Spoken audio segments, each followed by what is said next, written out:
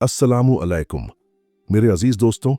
आज सीरत वॉइस आपको तारीख के उस रोशन बाब की तरफ ले जा रहा है जिसकी रूहानी खुशबू आज भी गुजरात की मिट्टी से आती है। आज हम उस अजीम हस्ती का जिक्र करने जा रहे हैं जिन्हें दुनिया हजरत सैयद अली मीरा दातार रहमतुल्लाह अलैह के नाम से जानती है। लेकिन इस अजीम मुकाम तक पहुंचने का सफर फूलों की सेज नहीं था। यह एक ऐसा रास्ता था जहां कदम कदम पर इश्क की आजमाइशें थीं और लहू का नजर आना पेश करना था। यह दास्तान शुरू होती है आज से लगभग 600 साल पहले उज्बेकिस्तान के उस मशहूर शहर से जिसे इल्म, अदब और रूहानियत का मरकज कहा जाता है, यानी बुखारा। बुखारा के एक निहायत ही मुकद्दस और शरीफ सैयद खानदान में एक ऐसे नूरानी बच्चे की विलादत हुई जिसकी पेशानी का नूर देखकर ही वक्त के बड़े बड़े कामिल वलियों ने यह पेशानगोई कर दी थी कि यह बच्चा खुदा का वो वली बनेगा जिसकी हुकूमत सिर्फ जमीन पर नहीं बल्कि लोगों के दिलों पर होगी। आपके वालिद हजरत सैयद दोस्त मोहम्मद रहमतुल्लाह अलैह अपने वक्त के बहुत बड़े आलिम, मुत्तकी और परहेजगार इंसान थे। आपके घर में हर वक्त कुरान की तिलावत और जिक्र इलाही की गूंज रहती थी। जब सैयद अली इस दुनिया में तशरीफ लाए तो आपके दादा और खानदान के बुजुर्गों ने महसूस किया कि इस बच्चे में एक रब्बानी कशिश है। जैसे जैसे आपकी उम्र बढ़ी, आपका मिजाज आम बच्चों से बिल्कुल अलग होता गया। जहां दूसरे बच्चे खेल कूद में अपना वक्त गुजारते, आप घंटों तन्हाई में बैठकर अपने रब की याद में खोए रहते। आपने बहुत ही कम उम्र में कुरान पाक को अपने सीने में महफूज कर लिया और शरीयत के तमाम गहरे इल्म जैसे फिक्र, हदीस और तफसीर में ऐसी महारत हासिल की कि बड़े बड़े उलेमा आपकी दलीलों के कायल हो गए। बुखारा में आपका खानदान बहुत इज्जत और रुतबे वाला था। आप चाहते तो शहजादों की तरह आलीशान महलों में रेशमी लिबास पहनकर जिंदगी गुजार सकते थे। आपके पास दौलत की कोई कमी नहीं थी और जागीरें आपके कदमों में थीं। लेकिन मेरे दोस्तों, जिनके दिलों में इश्क मुस्तफ़ा सल्लल्लाहु अलैहि वसल्लम की आग जलती है, उन्हें दुनिया के ये ऐश व आराम फीके और बेमानी लगने लगते हैं। आपकी रगों में हजरत इमाम हुसैन रज़ियल्लाहु अन्हु का मुकद्दस खून दौड़ रहा था और वही तड़प आपके दिल में हर वक्त मचलती थी कि कब वो घड़ी आएगी जब मैं अपने रब की राह में अपना सब कुछ कुर्बान करूंगा। रिवायत है कि लड़कपन में ही आपको रूहानी तौर पर ये इशारे मिलने लगे थे कि आपकी मंजिल बुखारा की ठंडी वादियों में नहीं बल्कि हिंदुस्तान की उस तपती हुई सरजमीन पर है जहां खुदा की मखलूक जालिमों के हाथों जुल्म की चक्की में पिस रही है और जहां से शहादत की सदा आपको पुकार रही है। वक्त गुजरता गया और सैयद अली मीरा दातार की जवानी का नूर पूरे इलाके में फैल गया। आपकी सादगी, आपकी बहादुरी और आपकी इबादत के चर्चे घर घर होने लगे। इसी दौरान आपके खानदान को सरवर ए कायनात सल्लल्लाहु अलैहि वसल्लम की तरफ से रूहानी हुक्म हुआ कि अब वक्त आ गया है कि हिंदुस्तान की तरफ हिजरत की जाए। यह हिजरत कोई मामूली सफर नहीं था, यह एक बहुत बड़ी कुर्बानी की इब्तिदा थी। अपना वतन, अपना बचपन, अपना प्यारा घर और अपनी तमाम जागीरें अल्लाह के नाम पर छोड़कर आपका काफिला हिंदुस्तान की तरफ रवाना हुआ। यह रास्ता बहुत कठिन था, महीनों का सफर था। रेगिस्तान की गर्म हवाएं थीं और बर्फीले पहाड़ों की चोटियां थीं, लेकिन आपके दिल में वो जोश था कि कोई भी रुकावट आपके कदम नहीं रोक सकी। कई आजमाइशों को पार करते हुए आखिरकार आप गुजरात की सरजमीन पर दाखिल हुए। उस वक्त गुजरात का नवागांव, जिसे आज हम और आप ऊंझा के नाम से जानते हैं, एक ऐसे मोड़ पर खड़ा था जहां हक और बातिल की एक बहुत बड़ी जंग होने वाली थी। वहां के लोग रूहानी तौर पर प्यासे थे और वहां के आसमान पर जुल्म की काली घटाएं छाई हुई थीं। जब सैयद अली का नूरानी चेहरा उस बस्ती में चमका तो फिजाओं में जैसे एक नई उम्मीद की ताजगी आ गई। आपने वहां पहुंचकर महलों की तलाश नहीं की बल्कि लोगों के दिलों को जोड़ना शुरू किया। आपने अपनी रातों की नींदें कुर्बान कर दी ताकि उन लोगों को सीधा रास्ता मिल सके जो अंधेरों में भटक गए थे। आपकी शख्सियत में वो रूहानी जलाल था कि जो एक बार आपकी महफिल में आता वो हमेशा के लिए आपका गुलाम बनकर रह जाता। लेकिन रोशनी जितनी तेज होती है, अंधेरे की ताकतें उतना ही उससे खौफ खाती हैं। ऊंझा की उस जमीन पर आपका कदम रखना ही वहां के उन जालिमों के लिए एक खुली चुनौती बन गया था जो खुद को खुदा समझ बैठे थे। ऊंझा की वो सरजमी जहां हजरत सैयद अली मीरा दातार रहमतुल्लाह अलैह ने अपने मुकद्दस कदम रखे थे। वो उस वक्त रूहानी और सियासी तौर पर बहुत ही खौफनाक दौर से गुजर रही थी। वहां एक निहायत ही जालिम, मगरूर और निष्ठुर राजा की हुकूमत थी, जो अपनी ताकत के नशे में इतना अंधा हो चुका था कि उसने इंसानों की जान को खिलौना बना रखा था। उस राजा के पास सिर्फ हथियारों वाली फौज नहीं थी, बल्कि तारीख की पुरानी किताबों और रिवायतों में जिक्र मिलता है कि उसने काली शक्तियों, जादूगरों और खबीस जिन्नातों का एक ऐसा जाल फैला रखा था जिससे वहां की आम आवाम दिन रात थर थर कांपती थी। उस दौर में ऊंझा के आसमान पर जैसे खौफ के काले बादल हर वक्त मंडराते रहते थे। मस्जिदों के मीनार खामोश कर दिए गए थे। अजान देना मौत को दावत देने जैसा था और खुलेआम खुदा का नाम लेना एक संगीन जुर्म बन चुका था। चारों तरफ जुल्म की ऐसी आंधी चल रही थी कि बेगुनाह और मासूम लोगों की सिसकियां सुनने वाला कोई न था। हजरत सैयद अली, जिनकी रगों में करबला के प्यासे शहजादों का लहू दौड़ रहा था, वो इस जुल्म को खामोशी से देख पाना बर्दाश्त न कर सके। आपने ऊंझा के करीब नवा गांव में अपना डेरा डाला और वहां से हक की वो आवाज बुलंद की जो सदियों से खौफ के मारे दबी हुई थी। आपने लोगों को डराना नहीं, बल्कि उन्हें अल्लाह की बेपनाह मोहब्बत और रहमत से जोड़ना शुरू किया।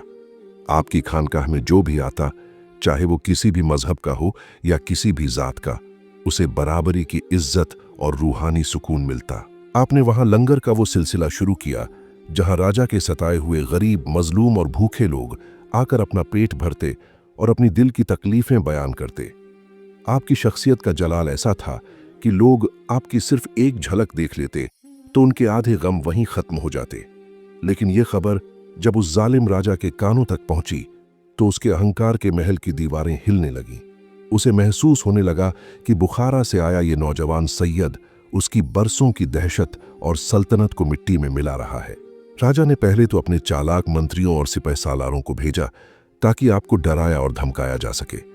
उसने पैगाम भेजा कि सैयद, ये ऊंझा की जमीन है, यहां सिर्फ मेरा हुक्म चलता है और मेरी ही इबादत की जाती है। अगर अपनी और अपने साथियों की खैर चाहते हो तो सूरज ढलने से पहले यहां से चले जाओ, वरना अंजाम इतना खौफनाक होगा कि तारीख उसे याद रखेगी।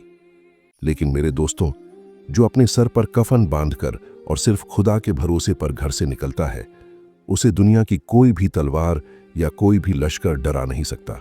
सैयद अली ने मुस्कुराकर उस राजा के पैगाम का वो जवाब दिया जो हक का सिपाही देता है। आपने फरमाया, ये जमीन और ये आसमान सिर्फ अल्लाह का है और यहां सिर्फ उसी का हुक्म चलेगा। मैं यहां किसी की हुकूमत छीनने या तख्त पर बैठने नहीं आया, बल्कि अल्लाह के बंदों को जुल्म की जंजीरों से आजाद कराने और हक का नूर फैलाने आया हूं। यह जवाब उस जालिम राजा के कलेजे में तपते हुए तीर की तरह लगा। उसने इसे अपनी शान में बहुत बड़ी गुस्ताखी समझा और ठान लिया कि वो इस नूरानी चिराग को अपनी काली ताकतों के जोर से हमेशा के लिए बुझा देगा। यहीं से उस रूहानी और जिस्मानी जंग की बुनियाद पड़ी जिसने आगे चलकर तारीख का रुख ही बदल दिया। राजा ने अपने दरबार के सबसे बड़े और खतरनाक जादूगरों को तलब किया और उन्हें हुक्म दिया कि अपनी तमाम शैतानी विद्याओं और जादुई ताकतों से इस सैयद शहजादे पर ऐसा वार करें कि वो खुद ब खुद यहां से भाग जाए। गया। कहते हैं कि उन जादूगरों ने मिलकर मैदान में ऐसी काली और जहरीली हवाएं चलाईं, आसमान से आग के गोले बरसाए और ऐसे खौफनाक मंजर पैदा किए कि किसी भी आम इंसान का कलेजा फट जाए। लेकिन हजरत सैयद अली मीरा दातार अपनी नमाज, जिक्र और मुराकिबे में ऐसे डूबे रहते कि उन काली ताकतों का कोई भी वार आप तक पहुंचने से पहले ही राख हो जाता। अल्लाह की रूहानी ढाल आपके चारों तरफ ऐसी थी कि जादू का हर तिलिस्म आपके सामने टूट कर बिखर गया। जब जादू और काली शक्तियां भी नाकाम हो गईं, तो राजा का गुस्सा पागलपन की हद तक पहुंच गया। उसने अपनी विशाल फौज को पूरी तरह तैयार होने का हुक्म दिया। हजारों की तादाद में लोहे के लिबास पहने हथियारबंद सिपाही, मतवाले हाथी और अरबी घोड़ों का एक समंदर जैसा लश्कर तैयार किया गया। मंजर ऐसा था जैसे कोई टिड्डी दल चारों तरफ से घेरा डालने के लिए बढ़ रहा हो। दूसरी तरफ सैयद अली के पास कोई बड़ी फौज नहीं थी, न ही कोई बहुत बड़ा साजो सामान था, लेकिन आपके पास वो इश्क ए इलाही था जो बड़े बड़े पहाड़ों को भी राई की तरह उड़ा देता है। आपने अपने चंद वफादार साथियों और चाहने वालों को इकट्ठा किया और उनसे बड़े ही जज्बाती अंदाज में फरमाया, मेरे प्यारों, आज ये जंग किसी जमीन के टुकड़े या हुकूमत के लिए नहीं है, बल्कि ये जंग खुदा की मखलूक की रूहानी आज़ादी के लिए है। जो आज मेरे साथ शहादत का जाम पीना चाहता है वो रहे, और जो जाना चाहता है वो शौक से चला जाए, क्योंकि आज इस मिट्टी पर इश्क का वो बाजार सजने वाला है जहां सरों के सौदे होंगे। आपके चाहने वालों ने रोते हुए आपकी कदम बोसी की और एक ही आवाज में कहा, हुजूर, हम आपकी रगों से निकलने वाले खून की कसम खाते हैं, हम आपके साथ जिएंगे और आपके साथ ही अपनी जान कुर्बान करेंगे। ऊंझा के उस मैदान में जहां आज अमन और सुकून की हवाएं चलती हैं, उस वक्त मौत का तांडव शुरू होने वाला था। हवाओं में तलवारों की खनक, घोड़ों की टापें और हाथियों की चिंगाड़ गूंजने लगी थी। मंजर इतना सख्त और खौफनाक था कि कमजोर दिल वालों के पसीने छूट रहे थे, लेकिन हजरत सैयद अली के नूरानी चेहरे पर एक ऐसी राहत और अजीब सा इत्मीनान था, जैसे वो किसी जंग की नहीं बल्कि अपने असली महबूब से मिलने की तैयारी कर रहे हों। जंग के नगाड़े बज चुके थे और अब वो होने वाला था जिसे देखकर जमीन तो क्या, आसमान का कलेजा भी दहलने वाला था। ऊंझा के उस ऐतिहासिक मैदान में अब खामोशी का वक्त खत्म हो चुका था। एक तरफ बातिल का वो लश्कर था जिसे अपनी तादाद और अपने हथियारों पर नाज था, और दूसरी तरफ हक का वो शहजादा हजरत सैयद अली मीरा दातार रहमतुल्लाह अलैह, जिनके पास सिर्फ अल्लाह का नाम और रूहानी जलाल था। जैसे ही जंग का आगाज हुआ, तलवारें म्यानों से बाहर निकलीं और उनकी चमक से पूरा मैदान रोशन हो गया। सैयद अली अपने घोड़े पर सवार होकर जब दुश्मनों की सफों में दाखिल हुए तो ऐसा लगा जैसे समंदर में कोई तूफान आ गया हो। आपकी तलवार बिजली की तरह चमकती और जिस तरफ मुड़ती वहां लाशों के ढेर लग जाते। आपने उस बहादुरी और दिलेरी से जंग लड़ी कि जालिम राजा के सिपाही ये सोचने पर मजबूर हो गए कि ये कोई इंसान है या खुदा का भेजा हुआ कोई कहर। जंग कई दिनों तक चलती रही। मैदान की मिट्टी इंसानी लहू से लाल हो चुकी थी और फिजाओं में सिर्फ तलवारों के टकराने की आवाजें थीं। राजा ने अपनी पूरी ताकत झोंक दी। उसने अपने बेहतरीन घुड़सवारों और हाथियों की कतारों को सैयद अली की तरफ रवाना किया, लेकिन जो भी आपके करीब आता, आपके रूहानी जलाल की तपिश को बर्दाश्त न कर पाता। आपकी निगाहों में वो हैबत थी कि दुश्मन का कलेजा आपके सामने आने से पहले ही फट जाता। लेकिन मेरे दोस्तों, अल्लाह के वलियों की आजमाइश बहुत बड़ी होती है। जब दुश्मन ने देखा कि वो सामने से इस मर्दे मोमिन का रास्ता नहीं रोक सकता, तो उसने उसी पुराने और गंदे तरीके का सहारा लिया जिसने तारीख में कई बार वफादारों का लहू बहाया था, यानी धोखा। जंग की उस शिद्दत के बीच जब सूरज ढलने को था और मगरिब की अजान की सदा गूंजी, तो सैयद अली मीरा दातार ने एक ऐसा फैसला लिया जो सिर्फ आले नबी सल्लल्लाहु अलैहि वसल्लम ही ले सकते हैं। आपने अपनी खून से सनी तलवार म्यान में रखी और अपने साथियों से फरमाया, जंग अपनी जगह है, लेकिन मेरे रब का हुक्म सबसे ऊपर है। नमाज का वक्त हो चुका है और मैं अपने मालिक के हुजूर सर झुकाए बिना एक पल भी नहीं रह सकता। आपके साथियों ने खौफजदा होकर अर्ज किया, हुजूर, दुश्मन बहुत करीब है, वो धोखेबाज हैं, वो इस मौके का फायदा उठा सकते हैं। लेकिन आपने मुस्कुराकर जवाब दिया, अगर नमाज की हालत में मौत आती है तो इससे बड़ी शहादत और क्या होगी। आपने अपना मुसल्ला बिछाया और पूरी दुनिया से बेखबर होकर अपने खालिक के हुजूर सजदे में सर रख दिया। चारों तरफ तलवारें चल रही थीं, चीख पुकार मची थी, लेकिन अल्लाह का ये वली अपने महबूब की याद में ऐसा खोया था कि जैसे उसे अपनी जान की कोई फिक्र ही ना हो। यही वो लम्हा था जब उस जालिम राजा के एक बुज़दिल सिपाही ने पीछे से वार किया। जब सैयद अली सजदे में सुभान रब्बी अलाला कह रहे थे, उसी वक्त उस जालिम की तलवार ने आपके मुकद्दस सर को तन से जुदा कर दिया। जमीन कांप उठी, आसमान का रंग सुर्ख हो गया और ऐसा लगा जैसे कायनात की धड़कन रुक गई हो। खून का फव्वारा फूटा और ऊंझा की मिट्टी उस पाकीज़ा लहू से तर हो गई। लेकिन यहीं से वो मंजर शुरू हुआ जिसने अक्ल को हैरान और साइंस को नाकाम कर दिया। जब सर मुबारक जमीन पर गिरा तो कायदे के मुताबिक जिस्म को वहीं ढेर हो जाना चाहिए था, लेकिन ये जिस्म कोई आम जिस्म नहीं था। ये तो खुदा के नूर से भरा हुआ एक वली का वजूद था। सर कटने के बाद भी सैयद अली का जिस्म ए अतहर न सिर्फ खड़ा रहा, बल्कि आपने अपना कटा हुआ सर मुबारक अपने ही हाथों में उठा लिया। दुश्मनों का वो लश्कर जो जीत का जश्न मनाने की सोच रहा था, ये नजारा देखकर सख्ते में आ गया। उनकी आंखों के सामने एक ऐसा मोजिजा था जिसे सदियों तक कोई झूठला नहीं सकता था। एक शहीद जिसका सर उसके हाथ में था, वो अभी भी अपनी जगह पर खड़ा था और उसके वजूद से ऐसी हैबत निकल रही थी कि जालिम राजा के सिपाही अपनी तलवारें फेंक कर भागने लगे। वो शहजादा जिसका लिबास अब पूरी तरह लहू से सुर्ख हो चुका था, अपने कटे हुए सर को हाथों में थामकर उस जगह की तरफ बढ़ने लगा जिसे आज दुनिया मीरा दातार की दरगाह कहती है। आप मीलों तक इसी हाल में चलते रहे और जो भी रास्ते में आता वो ये मंजर देखकर अपनी जगह पर जम जाता। हवाएं थम गई थीं और परिंदे आपके सर पर साया कर रहे थे। ये मंजर गवाही दे रहा था कि अल्लाह की राह में जान देने वाले कभी मरते नहीं, बल्कि वो मौत को भी मात दे देते हैं। आपने उस मुकद्दस जगह पर पहुंचकर अपना सर मुबारक जमीन पर रखा और अपनी आखिरी सांस ली।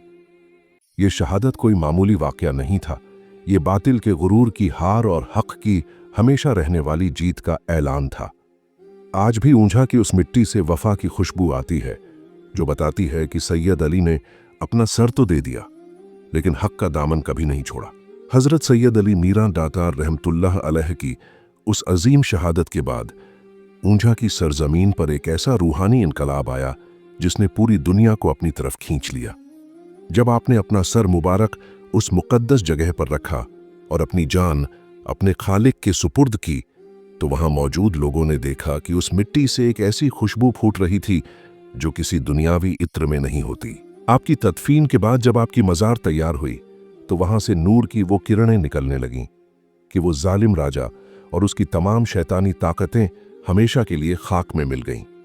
लेकिन असली मोजीज़ा तो अब शुरू होने वाला था, जिसने इस दरगाह को पूरी दुनिया में रूहानी अदालत के नाम से मशहूर कर दिया।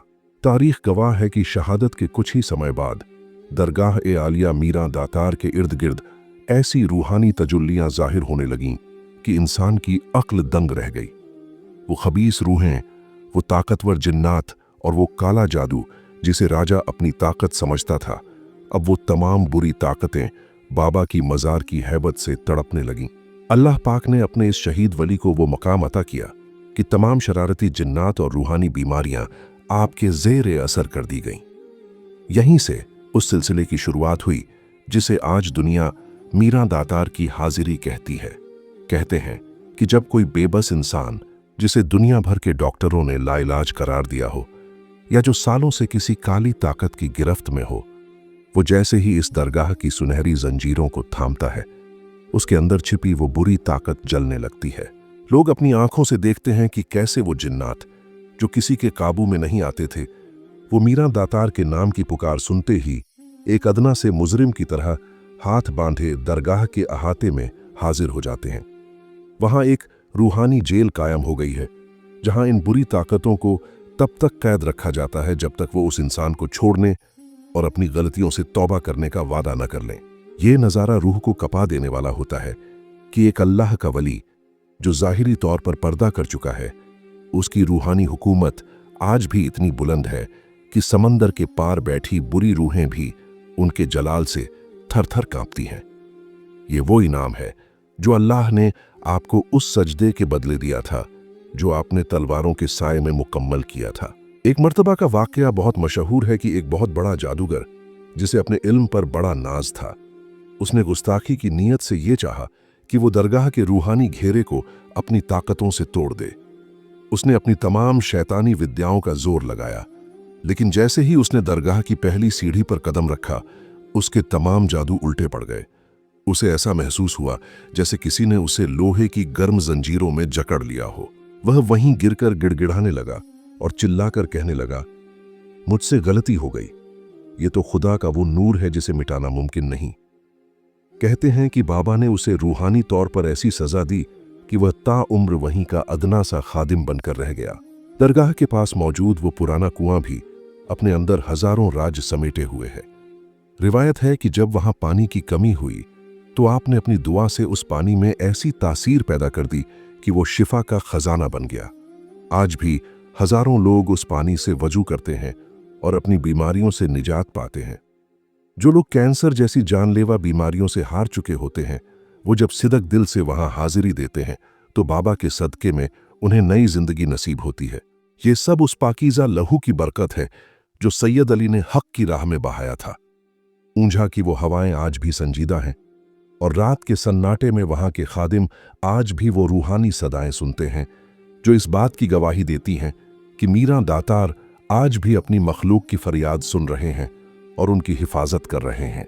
हज़रत सैयद अली मीरा दातार रहमतुल्लाह अलैह की शहादत और उनके रूहानी जलाल के चर्चे जब चारों दिशाओं में फैलने लगे तो वह मंजर करीब आ गया जिसने न सिर्फ ऊंझा बल्कि बुखारा तक के दर व दीवार को गमगीन कर दिया।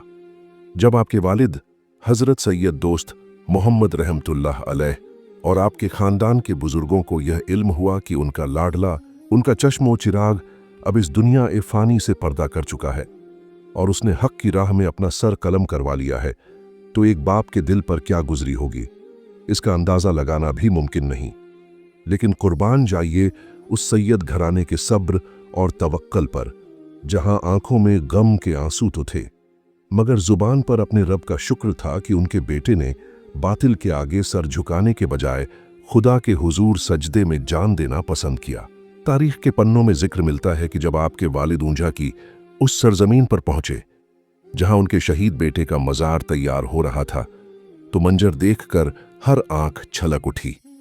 आपने अपने बेटे के उस मुकद्दस लहू की खुशबू को महसूस किया जिसने ऊंझा की मिट्टी को हमेशा के लिए मुकद्दस बना दिया था।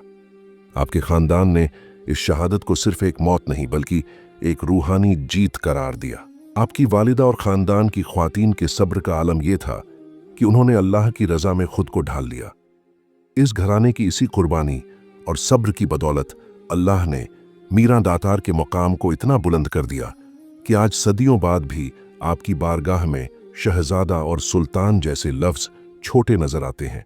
दरगाह आलिया मीरा दातार की सखावत का आलम यह है कि यहाँ सिर्फ रूहानी बीमारों का ही इलाज नहीं होता, बल्कि यहाँ आने वाला हर जरूरतमंद अपनी झोली भर कर ले जाता है। इसीलिए दुनिया आपको दातार यानी बड़ा देने वाला कहती है। एक रिवायत के मुताबिक पुराने वक्त में एक गरीब शख्स अपनी इकलौती बेटी की शादी के लिए बहुत परेशान था। उसके पास फूटी कौड़ी नहीं थी और समाज के तानों ने उसे तोड़ दिया था। वह रोता हुआ मीरा दातार की चौखट पर आकर बैठ गया और कहने लगा, ए शहजादे, लोग कहते हैं कि आप सखी हैं। क्या एक बाप अपनी बेटी की रुखसती के लिए दर दर की ठोकरें खाएगा?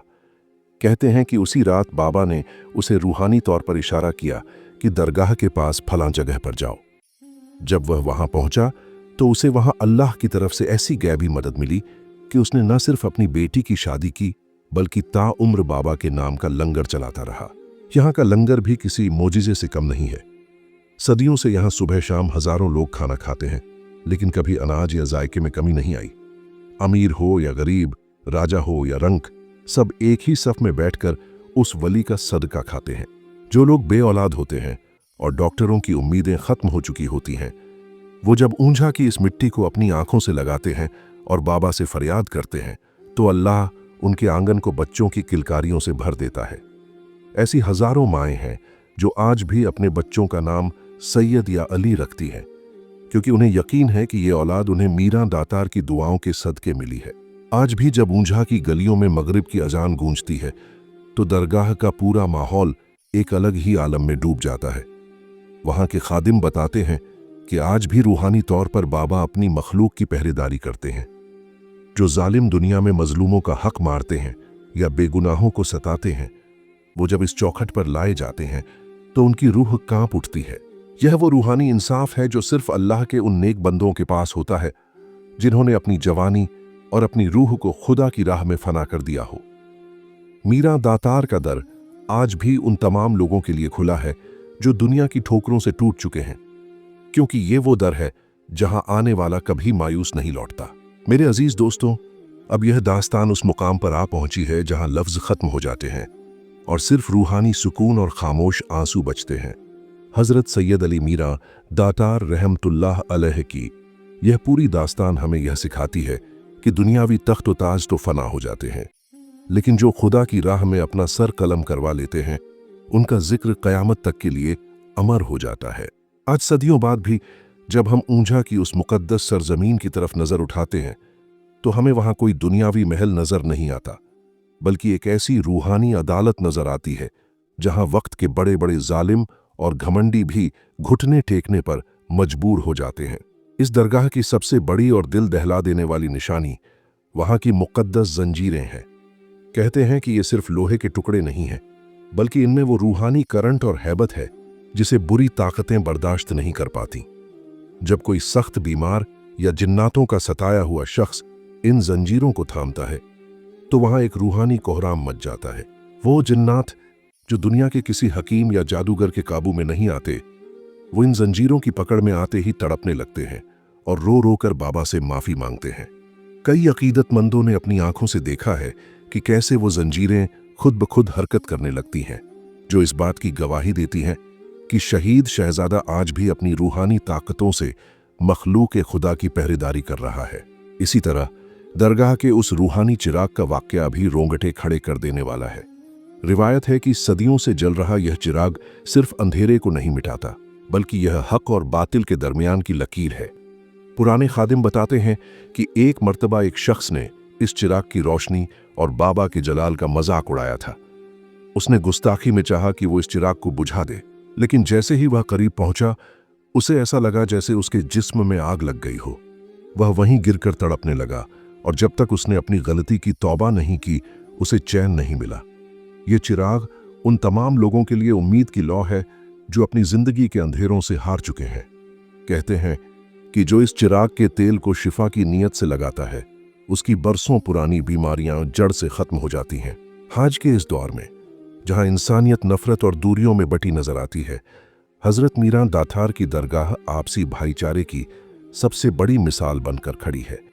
वहां की मिट्टी में वो तासीर है कि कट्टर दुश्मन भी वहां जाकर एक दूसरे के गले लग जाते हैं। वह जालिम राजा जिसने इस नूरानी शमा को बुझाने की कोशिश की थी, आज उसका नाम लेने वाला कोई नहीं बचा, लेकिन सैयद अली मीरां दातार का नाम आज पूरी दुनिया के कोने कोने में अकीदत के साथ लिया जा रहा है।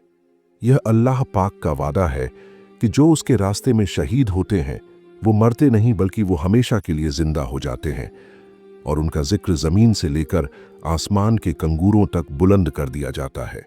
मेरे दोस्तों, सीरत वॉइस की इस खास पेशकश का मकसद आपके मुर्दा हो चुके हौसलों में उस यकीन को जगाना था जो हमें हक और सच्चाई की राह पर अडिग रखता है। जब भी आप अपनी जिंदगी की मुश्किलों से हारने लगें तो याद कीजिएगा उस सजदे को जो तलवारों की छांव में मुकम्मल हुआ, और याद कीजिएगा उस बुलंद हौसले को जिसने सर कटने के बाद भी हाथ में सर लेकर वफा की नई इबारत लिख दी। यह कुर्बानी हमें सिखाती है कि अल्लाह के वली की ताकत उसकी रूहानी पाकीज़गी से होती है। आज भी ऊंझा की फिजाओं में एक ऐसी रूहानी लहर मौजूद है जो हर आने वाले को यह पैगाम देती है कि बातिल चाहे कितना ही ताकतवर क्यों न हो, हक के एक सजदे के सामने उसे झुकना ही पड़ता है। ढलते सूरज की किरणें जब आज भी दरगाह के सुनहरे गुंबद को चूमती हैं तो ऐसा लगता है जैसे फरिश्तों की फौजें वहां सलात और सलाम का नजराना पेश कर रही हों।